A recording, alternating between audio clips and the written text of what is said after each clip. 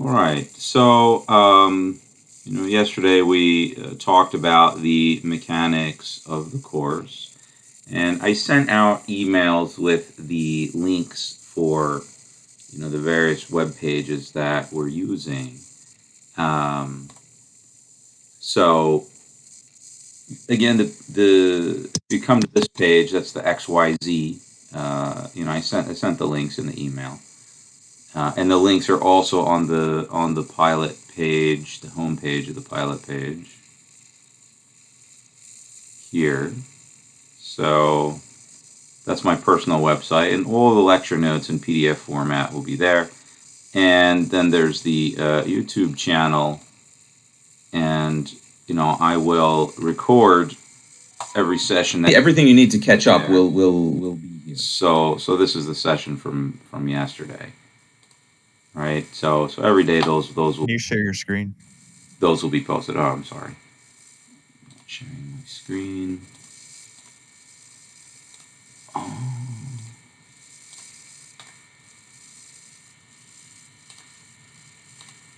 Okay, so here's here's the home page on the pilot page. Welcome to Math 1280. That's the link for my YouTube channel, and that's the link to my personal website. And on the YouTube channel, here's the video from the lecture yesterday. All the videos for this course will be on a playlist, Math 2800, not 2800, Math 1280, summer 2021.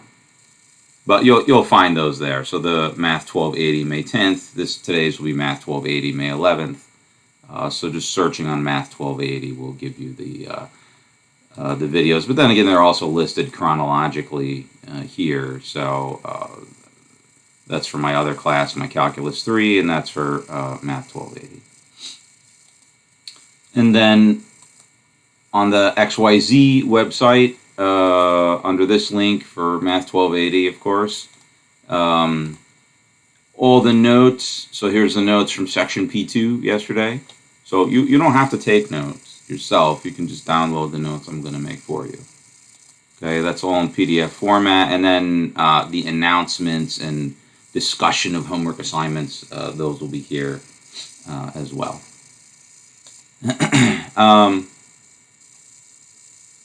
And the syllabus and course policies are up here also. And so yesterday I gave you your first homework assignment, and that'll be due on Thursday. If you turned it in already, that's great. Please stay on top of the work as much as possible. When you get behind, things are going to be more difficult for you. So this first assignment, section P2, these three problems, and section P3, those two problems. And how will we do homework assignment? Those are due on Thursday. And I said by 5 p.m. at first. Let's make it 9 p.m. Okay. So that's the first assignment, due by 9 p.m. How will we complete these assignments?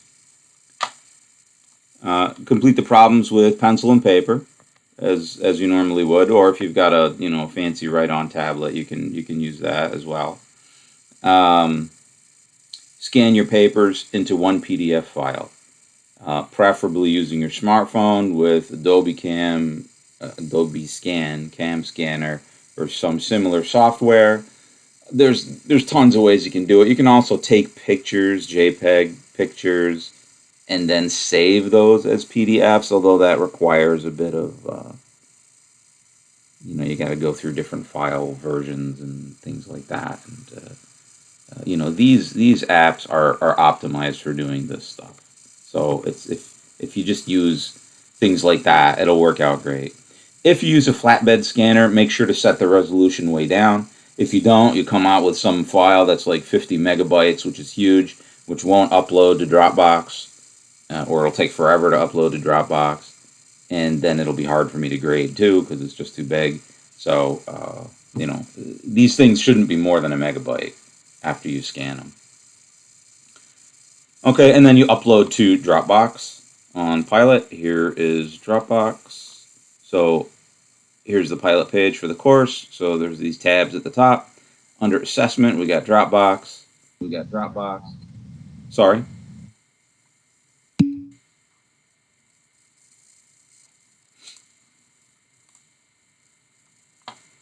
Is the homework in the textbook. WebAssign won't let me sign in. The written homework. Okay, so this is the written homework is in the textbook.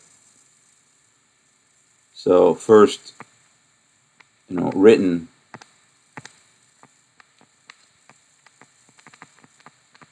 Hand in homework assignments. This is from the text. Okay, so these you will write out on paper from the text. I also gave you the first web assignment. If you're having, has anyone been able to get into WebAssign? Has anyone had trouble getting in? One person is saying they had trouble getting in. I do. Whenever I try to get in, it says that the password's like invalid. Like the key that you gave us to put in. Did anybody use the key and it worked? It's not working for anybody. You got in. It worked for me. I think it worked for me. Did you? You have to purchase access to WebAssign, so it's a cost in addition to the book. Did you make that purchase properly, perhaps, or not? How do you? Because I used it last semester for 2 of my classes. So do I have to like repurchase it for each semester? To be 100% sure, 100% honest, I don't know. Okay. You'll have to ask. I think when you're purchasing like a new, yeah, I believe it's for every semester. Okay. Okay. Yeah, All right. I'll figure that okay. out. Thank you. So, and check with the they'll have help online on Cengage's website. So Okay. call support there for technical issues with that.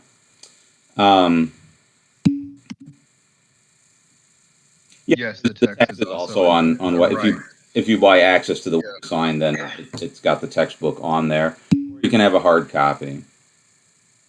And for the code, make sure you copy the right in there as well, because at first I was just doing the numbers, and I was okay. right, and the numbers go with it. Okay, yeah. So make sure you use that whole code. Let me show you. Syllabus, or not the syllabus. The code's in the top right of that last page you're just on as well. Oh, was it? Okay, so that's the code right there. It's got to have the word right there, not just the numbers. So maybe perhaps some of you might have done that. So try to get into that as right after class today, guys, so we can get that up and running as soon as possible.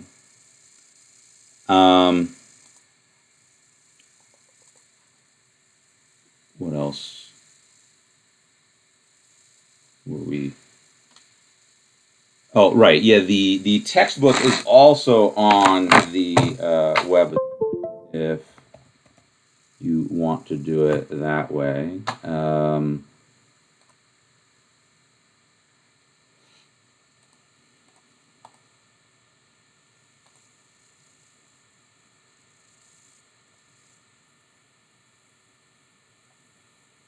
It's right there under ebook.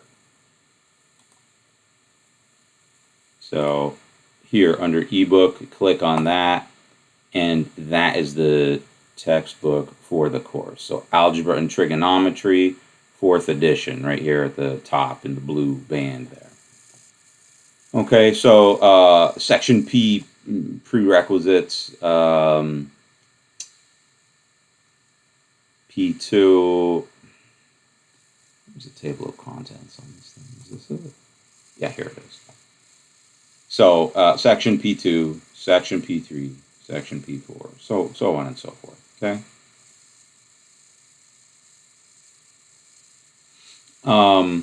Or if you have a hard copy, make sure it's the 4th edition of the book that you're using. Okay.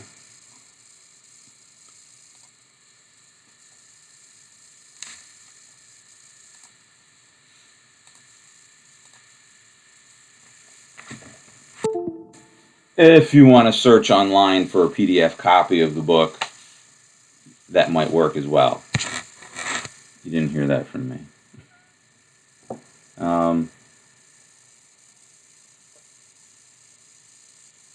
But if you do that, make sure it's the 4th edition.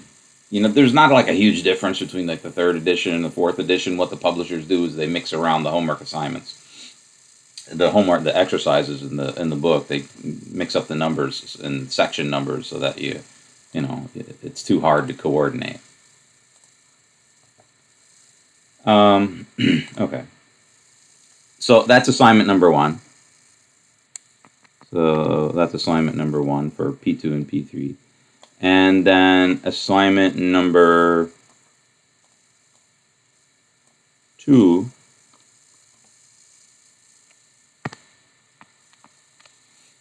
Section P4.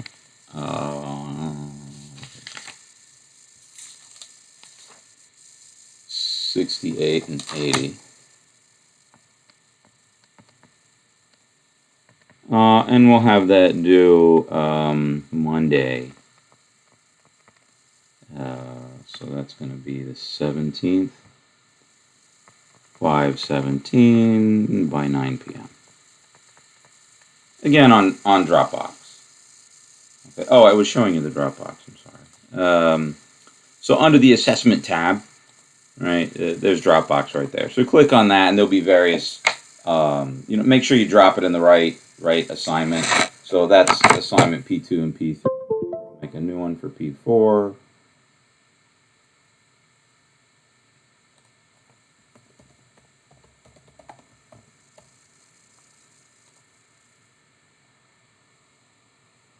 Okay, so make sure you put that in the proper one.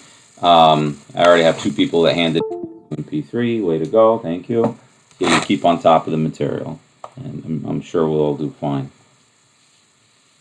All right. Oh, and the first WebAssign assignment was due Monday.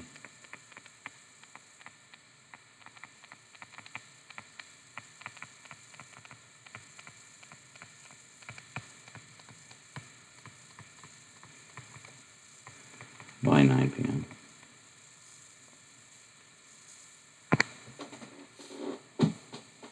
Again, the written stuff is definitely the more important thing. Not that the WebAssign is unimportant, but being able to write mathematics is the name of the game.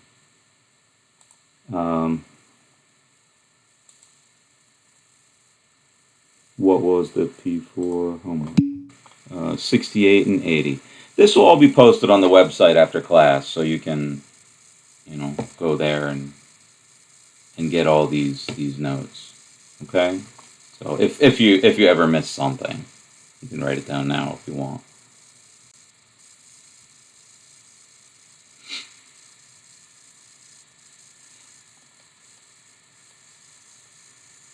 Okay. All right, so let's get caught up. So in section P2, we were just talking about the real number line. I mean, this is probably stuff you already know, but we want to make sure we're getting started on the right foot and all speaking the same language. So the real number line, right? You start out with an infinite two-way line and evenly spaced points for the integers or whole numbers. So integer is the preferred term, by the way, rather than whole numbers.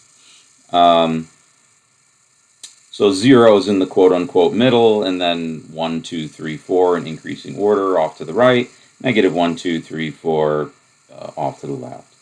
Between every 2 integer points, there's the 10th points. right? 0.1, 0.2, 0.3, 1.1, 1.2, 1.3. Those are evenly spaced between the tenths. There's the hundredths. And then so on and so forth. And that can zoom down as, as fine as you would like. And it just keeps going infinitely. The distance, so you can think of the number line as a ruler, and the distance between 2 points on the ruler is just the difference of the 2 points, subtraction difference, right? So it's the absolute value of a minus b, the positive part of a minus b. Remember, a minus b and b minus a, they only differ by negation. Right, so I mean, if you subtract the 2 points in the wrong order, all you have to do is flip the ordering around or negate it, and it becomes positive. Right, 3.4 minus 2 is 1.4. 2 minus 3.4 is negative 1.4. But then when you take the absolute value of it, it becomes positive 1.4. Right, and geometrically, you think of the distance as the length of that line segment. Right, so this real number line is this infinite ruler or tape measure. And then we're just talking about these basic intervals, right? There's intervals on the real number line. The interval square bracket A, B. It's the set of all. So this is the way you read this notation. And this notation is pretty clunky, so we don't use it too often, but it's precise, so sometimes we do use it. So square bracket AB is equal to, and then this funny notation is read like this: the set of all real numbers x, and the vertical line means such that x is between a and b, including a and b. Right? All the real numbers between a and b, including a and b, along with a and b. So we draw it like that with these solid dots at the end. The open interval, right, is written with round parentheses, right, and that's all integers, all real numbers x between a and b, not including a and b. Right, so we draw this like that with these open circles at a and b to signify the fact that they're sort of the beginning and end of the interval, but they're not actually included in it. And then, of course, you can do these half open, half closed intervals where you include the left endpoint and not the right, or not the right but not the left. So half open, half closed.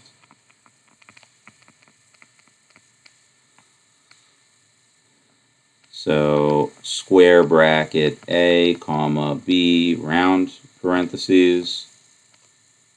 That's the set of all x, real numbers x, for x between a and b, including a but not b.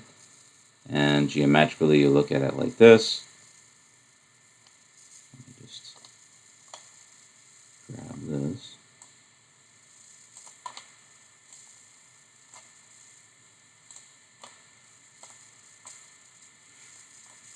So when you draw this one, you put a solid dot at the A, the open dot at the B, and of course you could do it the other way around.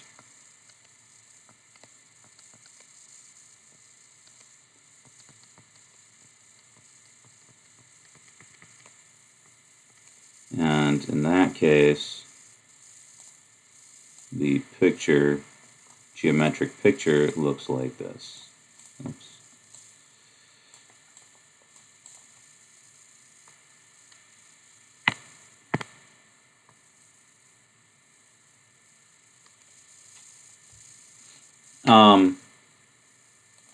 So those are the intervals whose lengths are finite. Length being the difference between a and b. A minus b or b minus a, or absolute value of b minus a. We also have infinite intervals.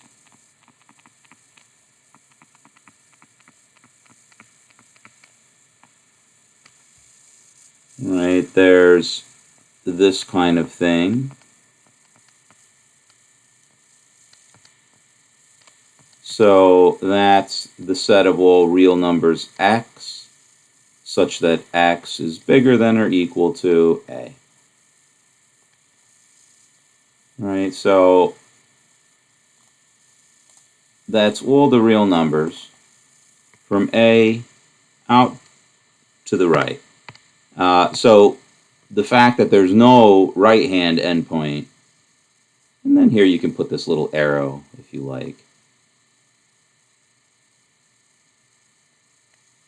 Here it actually makes sense. Oh, and since a is included, we'll darken it.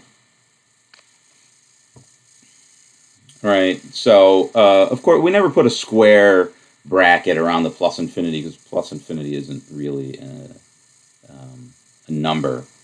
Okay, but we just use that symbol to say that there is no right-hand endpoint. And of course you can do it off to the left as well.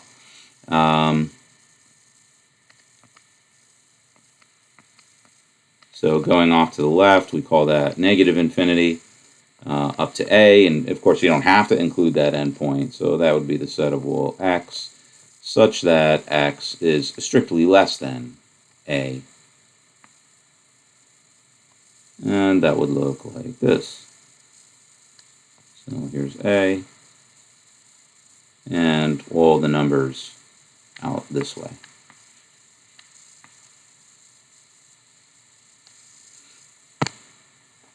Okay, so in intervals, they have these geometric interpretations, and they also have this kind of notation as well. We don't normally use that. Okay, we just write this. And then sometimes what you need to do with intervals is take unions and intersections.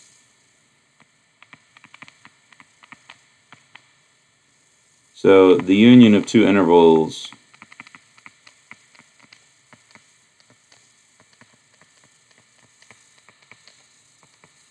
is the collection of numbers from both intervals. So if you wanted to say, like, the interval from -1 to 3, union the interval from 4 to 5, we'll make that closed like that on the right, half open, half closed. So this would be this collection of numbers on the real number line.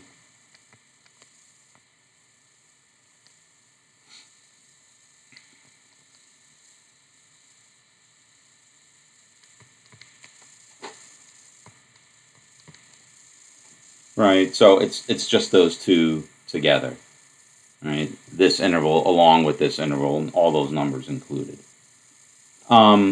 Sometimes, of course, if the unions overlap, the intervals overlap, then the union of two intervals will be another interval.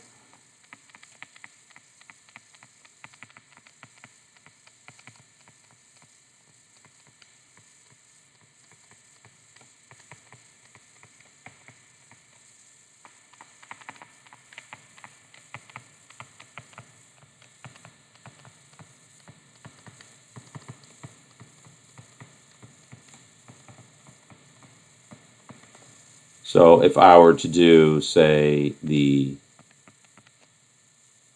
interval, open interval from -1 to 3, union the interval, say, from 2 to 4, like that, right? Well, the interval from -1 to 3, the open one, actually there's no need for me to even use that.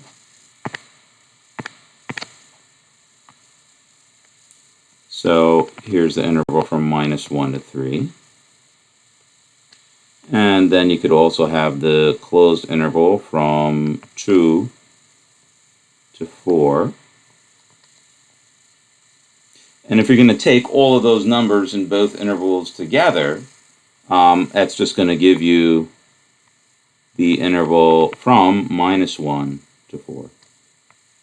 So if the intervals overlap, the union of the two intervals will be another interval. If they don't, then it won't. right? That would be the union of the two intervals, right? All the numbers that are in both intervals together. The fact that these are common to both intervals is not really an issue. So that would be the union of two intervals. Then, of course, you could also have the overlap of two intervals, or what's more commonly known as the intersection.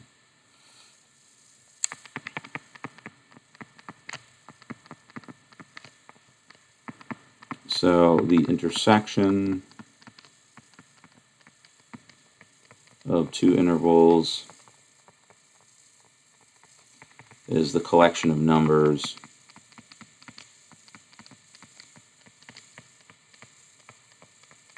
which are in both intervals. That is the overlap.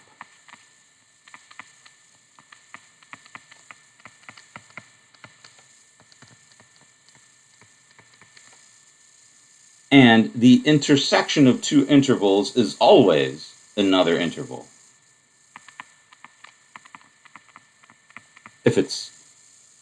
If there actually is an intersection, then it's always another interval.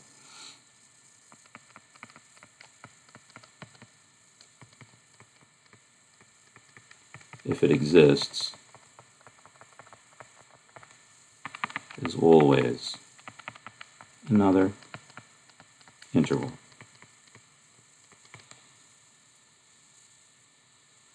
So, like with this example here,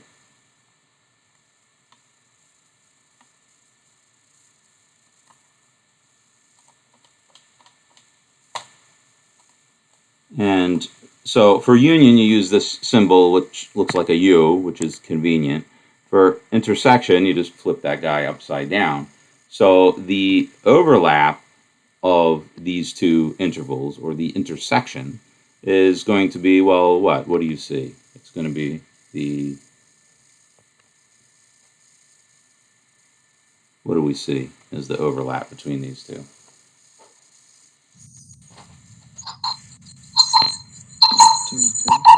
2 to 3.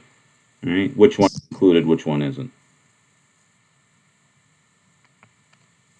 2 is included, 3 isn't. 3 is right. 2 is included, 3 isn't. Right. The 3 is in this interval, but it's not in that interval, so it can't be in the overlap. So this is the half closed, half open interval, 2 to 3, the intersection. So when the intersection actually exists, then it's always another interval. Of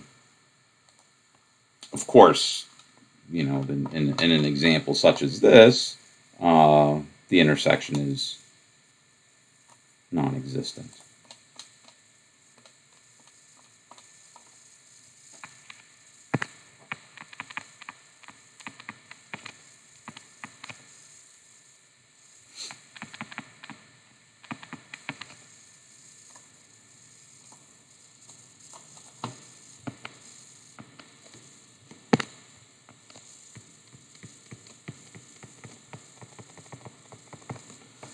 All right, so this is a concept that is an important, not union and intersection, but the concept of intervals and the notation around intervals is important in various circumstances in doing algebra and calculus and such. So probably you've seen that already. But, just to go over it again, P2, P3. So now we're going to start in on the material, where you actually have assignments. So section P3 is on integer exponents. Okay, given any real number A and positive integer n, Okay. A to the n, it means a times a times a times a n times. So there's what's known as n factors here. Again, what do you do with factors? Okay, the term, of course, the word factor has lots of meanings, but in the context of algebra and arithmetic, factors are things you multiply and divide. Okay, so you multiply factors together, or divide one factor into another, or something like that. Okay, sometimes when you talk about the factors of an integer, you mean all the numbers that actually divide it, and that's fine. It's a similar meaning. Okay, so when we use the term factor, we mean things that we're going to be multiplying. Things that you add and subtract are called what?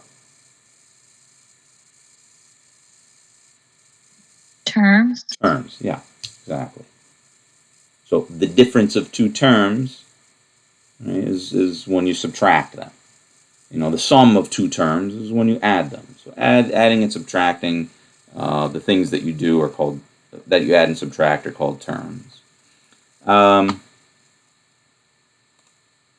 So vocabulary and the way you talk about math is important. It helps in your learning process. Sometimes that's skipped, right? We don't always develop that, sort of skill about talking about math in high school. Okay, but eventually, the deeper you go, you actually do have to start doing that. So to understand what we're talking about, we need to use the right words.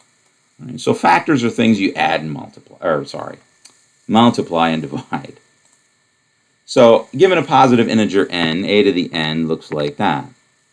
A times a times a. A to the minus n is equal to 1 over a to the n, which is going to be equal to 1 over a times a times a times a, where there's n factors there. What's another way to write this?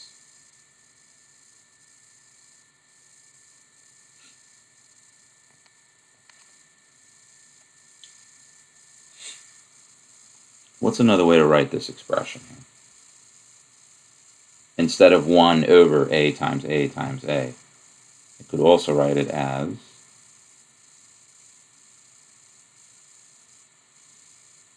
what? 1 over a times 1 over a times 1 over a, like that, n times, right? What rule of arithmetic am I using there? Remember, okay, so I'll often put these little sort of reminders off to the side. When you have two fractions, a over b times c over d, their product is equal to what? How do you multiply two fractions? It's a times c over b times d. Right? You multiply the numerators, you multiply the denominators. So here, for example, right, we got 1 over b, like 1 over b times 1 over b. All right, that's going to be 1 times 1 over b times b, which is just 1 over b squared, for example. So that's kind of what I'm doing there. So a to the n is a times itself n times. A to the minus n is 1 over a times itself n times, or 1 over a to the n, however you want to think about it. This could also be written as 1 over a to the n, like that. A to the 0, that always just means 1. Okay, so a to the n is n times a times itself n times. A times itself 0 times, well, what does that mean exactly? Well, it means 1. It may not quite make so much sense, but it will later, right? Given certain rules of it's defined this way to make certain rules of arithmetic work better. And then a to the 1, that's equal to what? When you say a times itself one time, you mean what?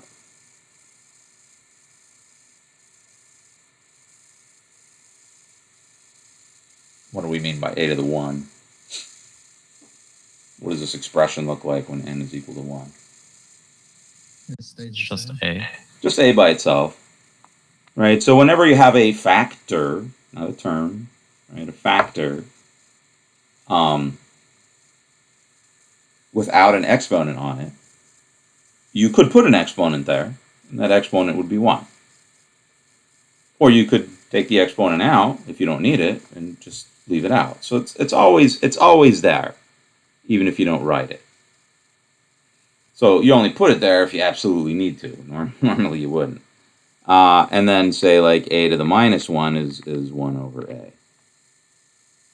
Okay, so for example,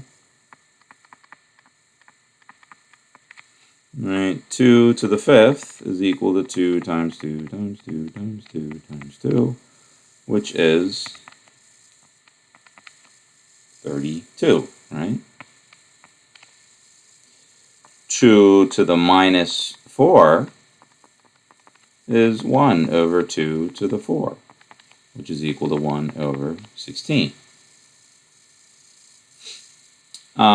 Things are a little more entertaining when you write something like this. Minus 3 to the 3. Let's not do that. Minus 3 to the 4th. What's that going to be? How do I write that out? What does that mean? Minus 3 to the 4th with that parentheses there.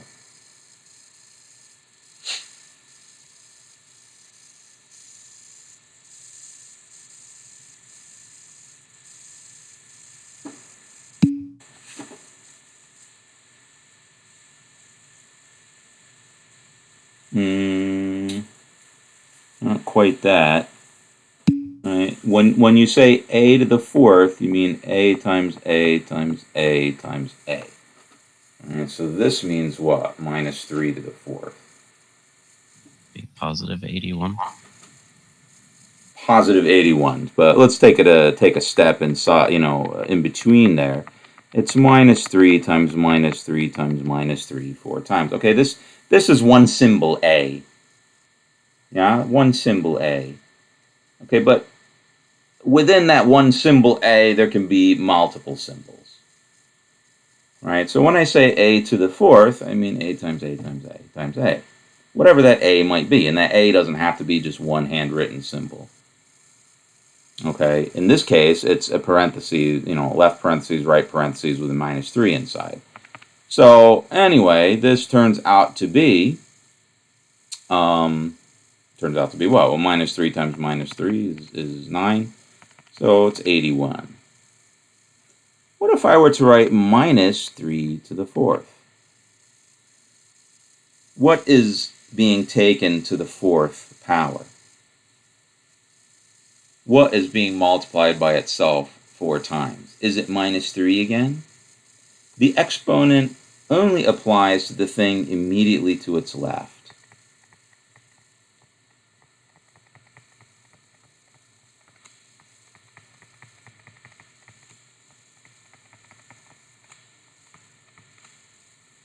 Only to the expression, to the factor, sorry.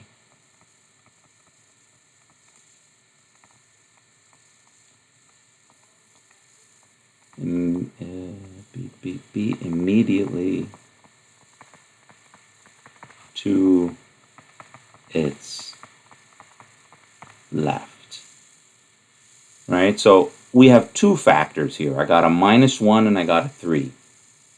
The 4 only applies to the factor on its left, and that's the 3. So this is minus 1 times 3 times 3 times 3 times 3. Let me write it out like that. Minus 1 times 3 times 3 times 3 times 3. There's two factors here. There's the minus 1 and the 3. The 4 exponent, the exponent 4, only applies to the guy immediately to its left.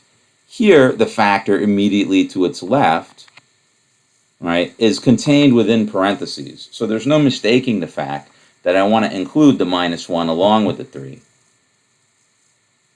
Here, we do not include the -1 along with the 3. So this one is negative 81. You see the difference?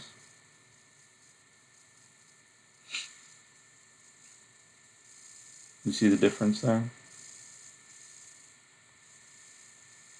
Yes. No. If you don't see, well, why should that be? That's fine. Just remember it. Okay, don't immediately sort of like get upset or frustrated about it or whatever. Just remember it. Okay, if I put parentheses and then put a fourth power, I mean everything in that set of parentheses multiplied by itself 4 times. Okay, so here in this, the -1 doesn't go along with the 3. It's just a factor by itself. So I mean, if I was to write like this, 2 times 3 to the 4th, that means 2 times 3 times 3 times 3 times 3. So it's 2 times 81, which is 162. Okay? So the fourth power only applies to the thing immediately to its left. If I was to do this, 2 times 3 to the 4th, right? Well, that would be inside the parentheses, right? We have 2 times 3, which is 6 to the 4th. Right, which is what? Is 216 times 6, 36, 9, 12, 1296. Is that correct? 1200 plus 6 equals 36. Yeah. Right. The factor immediately to the left of the exponent here is 2 times 3. It's in parentheses. So it becomes a little confusing sometimes, say, when people see something like this, x plus 1 to the 4th. Well, let me do it this way. X plus 2 to the 4th, that would mean x plus 2 times x plus 2 times x plus 2 times x plus 2. Right, because the factor immediately to the left of the exponent is contained within parentheses. So we're multiplying the x plus 2 times itself 4 times. Oops.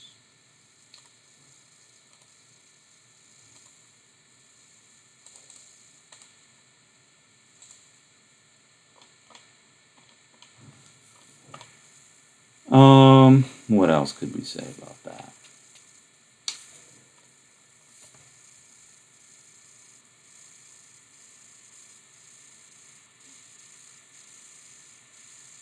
What else could we say about that? How about this? What if I were to write, give myself a little more space, x plus 3 squared. So now the exponent applies where? Where does the exponent apply to? That exponent to The 3. the 3 itself. Right? It does not apply to the x at all. It's x plus, so we only take the thing immediately to its left. 3 times 3. So that's x plus 9.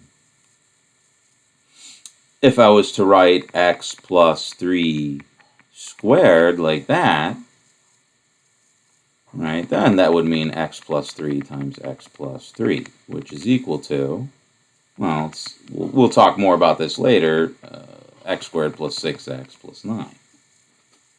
Right, not x squared plus 9. Right, x squared plus 6x plus 9, not x squared plus 9. Okay, we'll talk more about these types of expressions later, but when we're talking about just integer exponents and just factors, without mixing in addition with it, it's until you start mixing the addition and the multiplication together that that's often the point where people first start getting confused. But for now, we're not going to do any addition, mixing addition with multiplication. All right, some rules.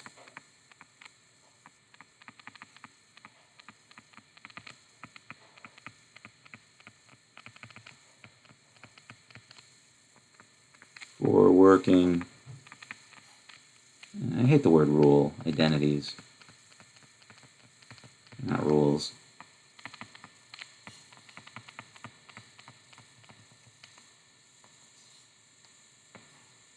Okay. A times b to the n.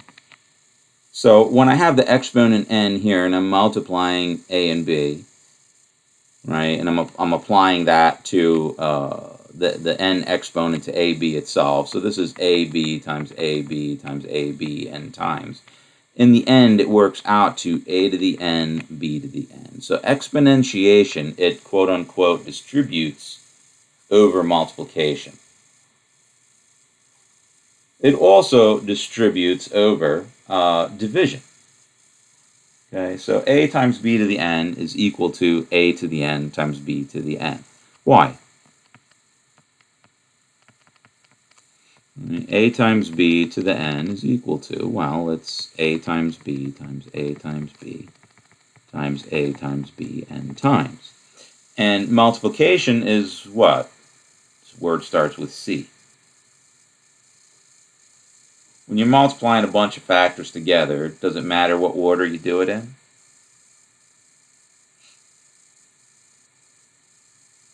Right. 5 times 6 is the same as 6 times 5, right? Oh, now I remember what I wanted to say. You can turn on your microphones, guys, and just speak, right? Because if y'all are using the chat, right? I mean, I have to switch here. Commutative, yeah, almost commutative. Just just speak freely. There's no need to be so formal. Okay, it works out a little better. So the term is commutative. You can do multiplication whatever order that you want. So you can just rearrange this to be a times a times a times a times b times b times b times b. Right? Why? Because commutativity, which is equal to a to the n times b to the n. That's for positive integer n. And for negative integer n, it would be the same thing. All right, so a times b to the n is a to the n times b to the n. A times b times c to the n is equal to a to the n, b to the n, c to the n, etc., etc. So we'll call that identity number 1. 2, identity number 2, exponentiation. It also distributes over division.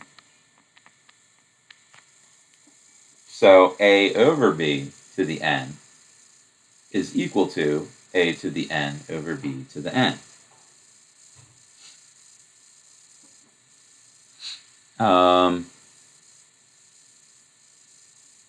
Which else? Yes.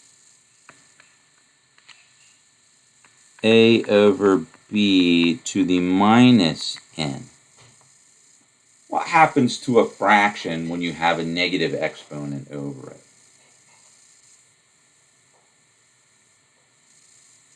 What happens to that fraction? You have to invert it. You have to invert it and then take it to the nth power. So that becomes b over a to the positive n. So a over b to the negative n, b over a to the positive n,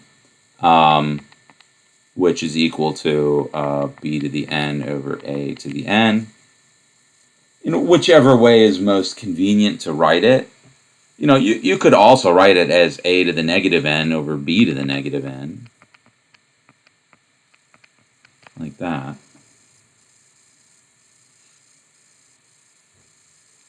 But let me make that into a different identity.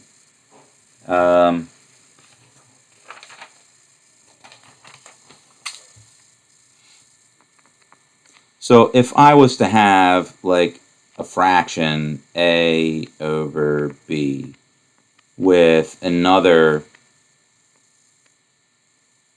factor here. Let's do like this. A times C to the minus n over B. So I've got some factor, some multiple factors here, A, and then the B, and then C to a negative exponent. What I can do is move that C down here and make the exponent positive.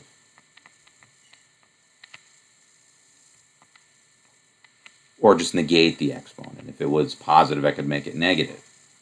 Similarly, if I had something like this, A over B times C to the minus n, I could move that C up to the top and make that exponent positive.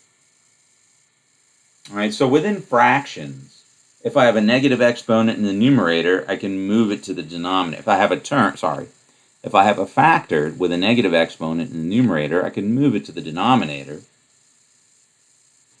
okay, and make that exponent positive. Or if I've got a factor with a negative exponent in the denominator, I can move to the numerator and make it positive. Altogether, these are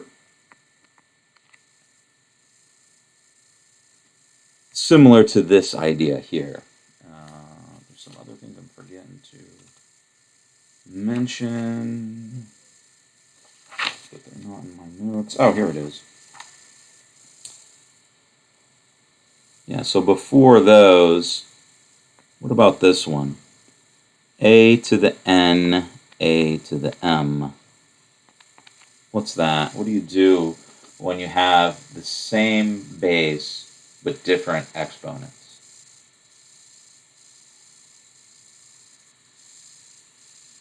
Well, they don't have to be different exponents. They can be the same exponents. All right, a to the n is a times a times a n times, right? And a to the m is a times a times a m times. So a to the n times a to the m, right, is n a's multiplied by m a's. So that gives me how many a's, how many factors of a? N plus m. M plus n. Or n plus m if you want. So an important example of that, so let's write that out. A to the n times a to the m is a times a times a, n factors, and then a times a with m factors, altogether gives you m plus n factors. So that's a to the n plus m. So whereas this is multiplication, it becomes addition in the exponent there. So for example, for number 6, suppose I was to write x to the third times x. What are the exponents on the x's?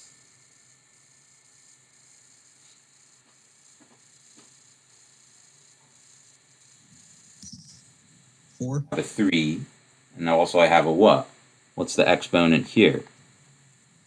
A 1. Yeah. So this is x to the 3 plus 1 is x to the 4th. All right, that's an important example when you have a factor without an exponent.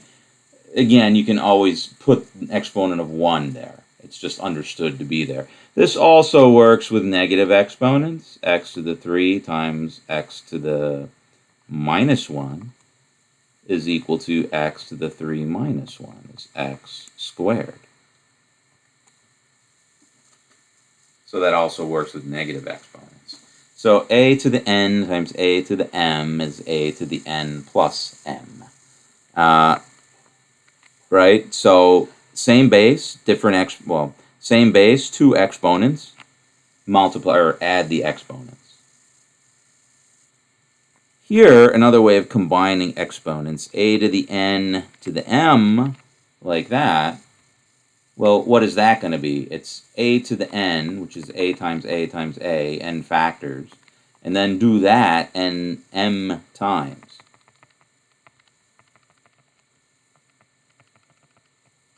Right, so there's n factors of a here. Right, so there's n factors here. And then there's m repetitions of those n factors. So how many factors of a do we have altogether there?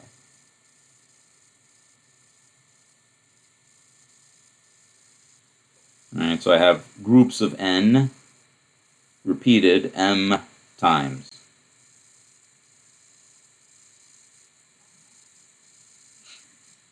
N times M. Right.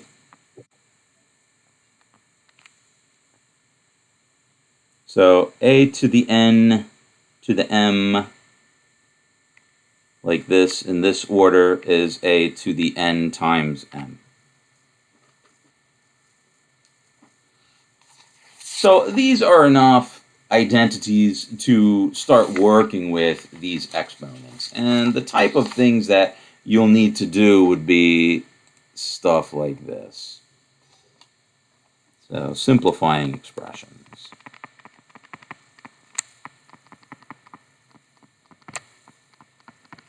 I kind of don't like the term simplify because what does simplify really mean? It means different things in different contexts. Here they say, write these, rewrite this expression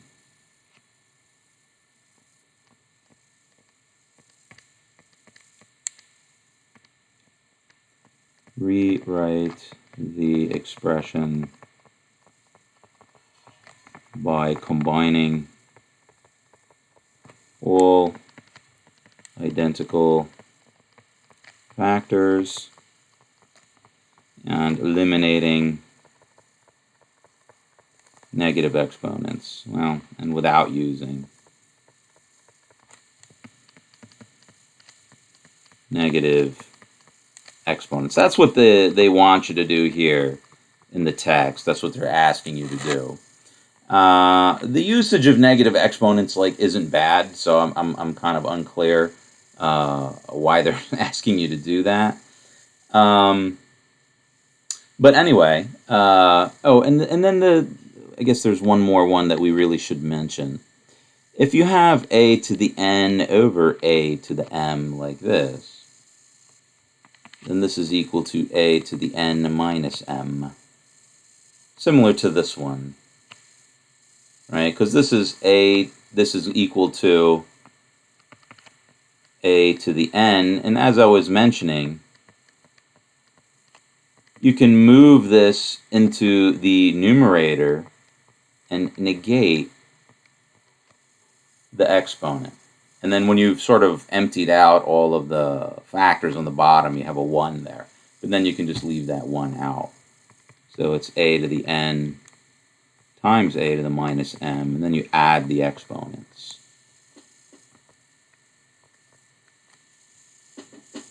Okay, so rule 8 is sort of similar to rule 6. Okay, so here's some examples. X to the third y squared z over yx squared z squared. Simplify the expression by combining all identical factors and without using negative exponents. So they don't want you to use negative exponents, but really you can if you want. Notice we have x, y, and z's on the top and x, y's, and z's on the bottom. So let's rewrite it by putting the x's over the x's and the y's over the y's and the z's over the z's. Right, so this is equal to x to the 3 minus 2, which is x to the 1. Y to the 2 minus 1, which is just y to the 1. And then z to the 1 minus 2, z to the minus 1. So I would like this expression, actually. I think this is the simpler expression. But they would rather have you write this as x times y times 1 over z. or you could write it as x times y over z. So this is possibly the most elegant of the expressions, or this is possibly the most elegant of the expressions. All right, but what would we do? We put the x's over the x's, the y's over the y's, and the z's over the z's. You can skip that step if you want, and then we use this identity here. X to the third over x squared is x to the 3 minus 2. Maybe, if we had a 4 here, x to the 4 over x to the 2, then x to the 4 minus 2 would give me an x squared. And it would look like that. Now, which expression is the simplest? I don't know. They're saying this is the simplest. This could be the simplest. I mean, using negative exponents isn't bad in all contexts, but we'll just go with what they're saying. Another example, 6y x to the 4th over 3x to the minus 2, like that. And we'll just leave it like this. Okay, simplify this expression. Combine the identical factors, and then eliminate the usage of negative exponents. Okay, well, let's put the numbers over the numbers, and the y's over the y's, and the x's over the x's. All right, so 6 over 3, that's just what? That's just 2. Y over 1, that's just y. X to the 4 over x to the negative 2, well, that's x to the 4 minus negative 2, which is x to the 6. All right, so there would be the most elegant expression. All right, not using any negative exponents. And combining all identical factors, x's with x's, y's with y's, and ordinary numbers with ordinary numbers. How about if I did this?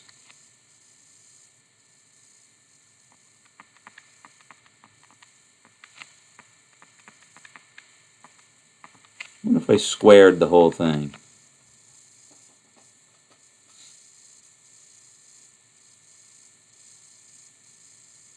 What if I squared the whole thing? Well, there's different ways to go about it.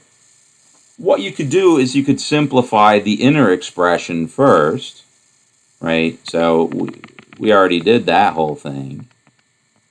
2yx to the 6, that whole thing squared. You can take the expression on the inside and simplify that whole thing first. Right? So we did that. And remember, when you have a product with an exponent on the outside, okay, exponentiation, it distributes over products. So a times b to the n is a to the n times b to the n. A times b times c to the n is a to the n, b to the n, c to the n. So we can apply that here. So that's 2 squared y squared x to the 6th squared. 2 squared is 4, y squared is y squared. X to the 6th squared is what? What do I do with those exponents in this type of pattern? X to the 12th X to the 12th. power. Yeah. So that's one way to do it. Or you can distribute the 2 through this expression at the beginning.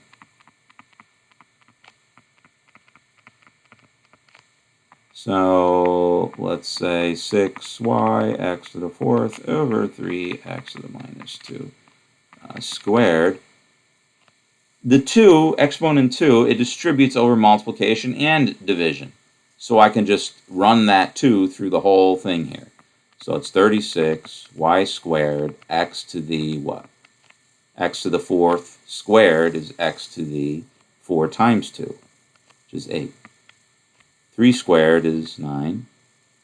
And then x to the minus 2 to the 2, you multiply those exponents, and I get x to the minus 4. So this is 36 over 9, y squared over 1, x to the 8 over x to the minus 4. So 36 over 9 is 4, y squared, and then x to the 8 minus minus 4 is x to the 12. Same answer. Of course, as it should be.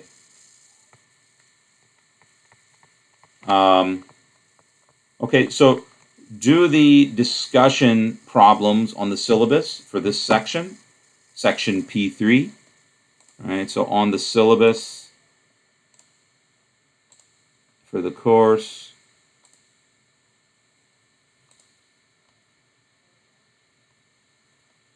all right, P3, why is this? There it is. P3, so 12 to 33, every third problem, 12, 15, 18, so on and so forth. Okay, do those, go through those problems. I mean, get until you're really, doing the problems correctly. And when you're solid on that, then you can, do the homework assignment as well. And we'll go over some of those next time, tomorrow. Okay. So that's all for today. I will see you guys tomorrow, and I will post all these notes.